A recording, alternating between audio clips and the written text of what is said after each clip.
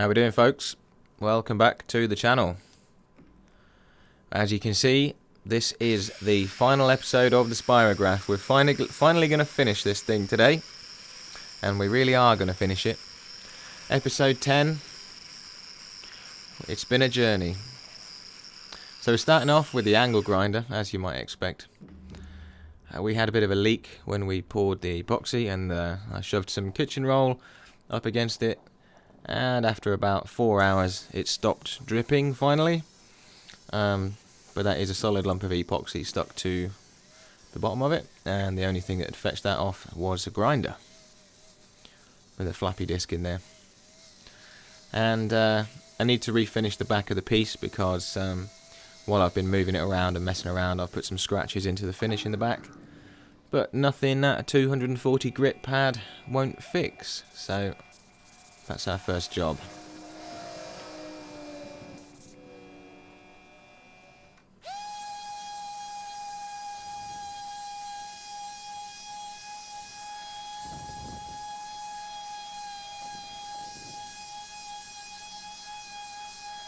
Yeah, other than that, the back had held up pretty well. There was quite a significant warp in the piece, but the epoxy, I reckon, has stopped any more warpage.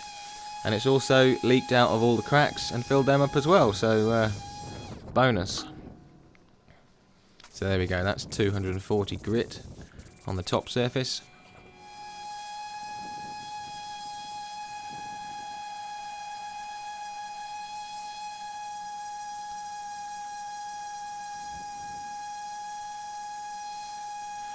Now I'm not going to make you watch all the grits because that would be torturous. But I did go up to 800 grit all the way round, on the sides, and everywhere.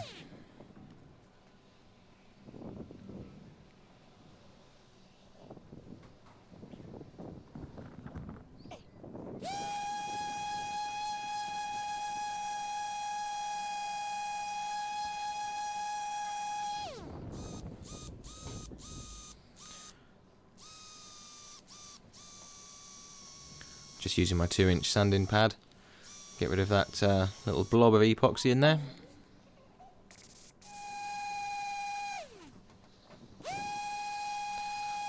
And this was a bit nerve-wracking. In a couple of places with the sander on the drill, when I was sanding this previously, I'd put a bit of a radius on a couple of areas of the rim.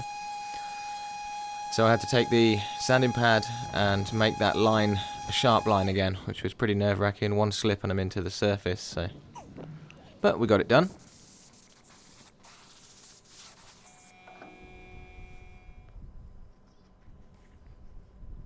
So then it was time to sand the inside of the rim. What I was doing, I had my finger on the outside and my thumb on the inside. So my thumb's rubbing on the epoxy, and on the outside my finger is giving me a constant depth, so I didn't scratch the epoxy. So that was fun. Took about 10 minutes, 15 minutes. All the way through the grits again, up to 800 grit.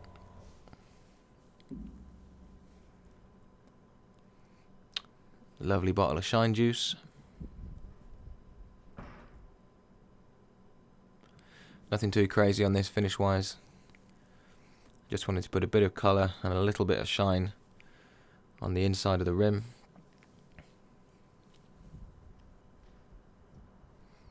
And it's left it a satin finish, which I was more than happy with. I toyed with the idea of having a blackening the rim, and I just thought, Will, you're being stupid, just leave it alone, mate. Just put some shine juice on it and leave it alone. So that's what I did.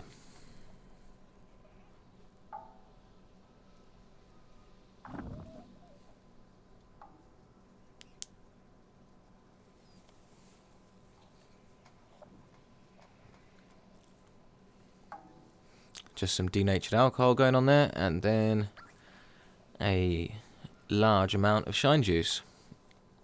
A couple of coats went on all the way around.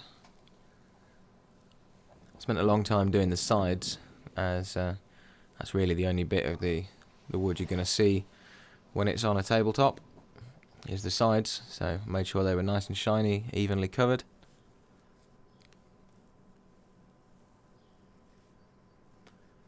And there it is, that's the back all finished up.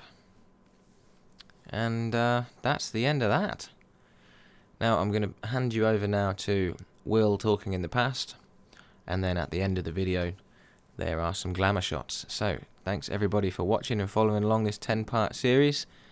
It's been an experience, and I'll see you back when normal service is resumed in, well, tomorrow hopefully. Cheers.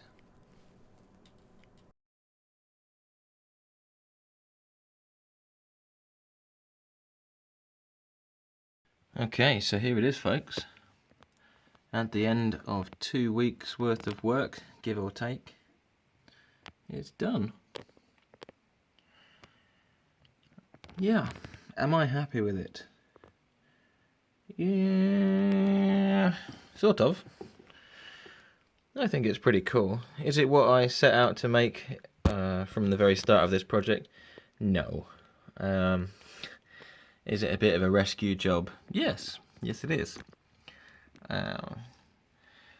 Has it led me on to making other stuff? Yes, it definitely has. I've got so many ideas that have come off the back of making this that it was worth doing it just for that. And I think that's probably my least favourite part of the piece. Yeah, but even that's not a complete disaster. I like the little crop circles. You're going to be seeing more of those, not the same as this, but I've got some ideas based off of these crop circles. And I think the yellow epoxy has kind of worked in places. And I really like the way the blue tint is not like a constant. You can see it's almost like sand where the wood grain's coming through.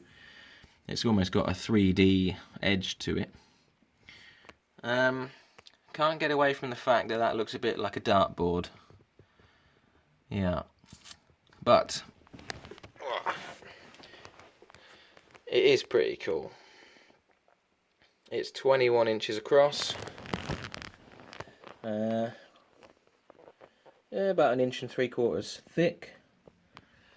It's got, obviously made of sycamore.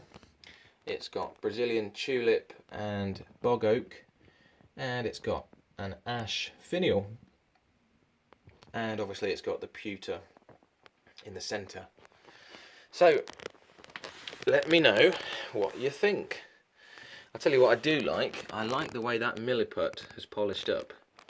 I was a bit worried about that, but I think it looks quite effective. I kind of put that there as a stopgap measure, just so I had some kind of edge, and I've kept it there. I think it looks alright. So, let me know what you think of the Atlantis mandala dartboard thingamybobby that we've spent 2 weeks making together. Right, I'll leave you to it.